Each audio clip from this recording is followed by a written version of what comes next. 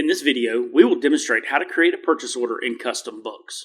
You can create a PO directly from the icon on the home page or from any screen in CustomBooks by selecting Purchases, then Purchase Orders.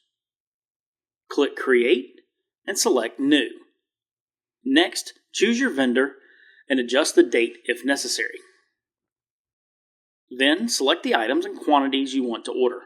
If your CustomBooks setup includes multiple locations, ensure you select the correct location where the items will be shipped.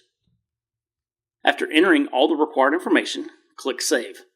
Once the PO is saved, the star icon will disappear, indicating that the document has been successfully saved.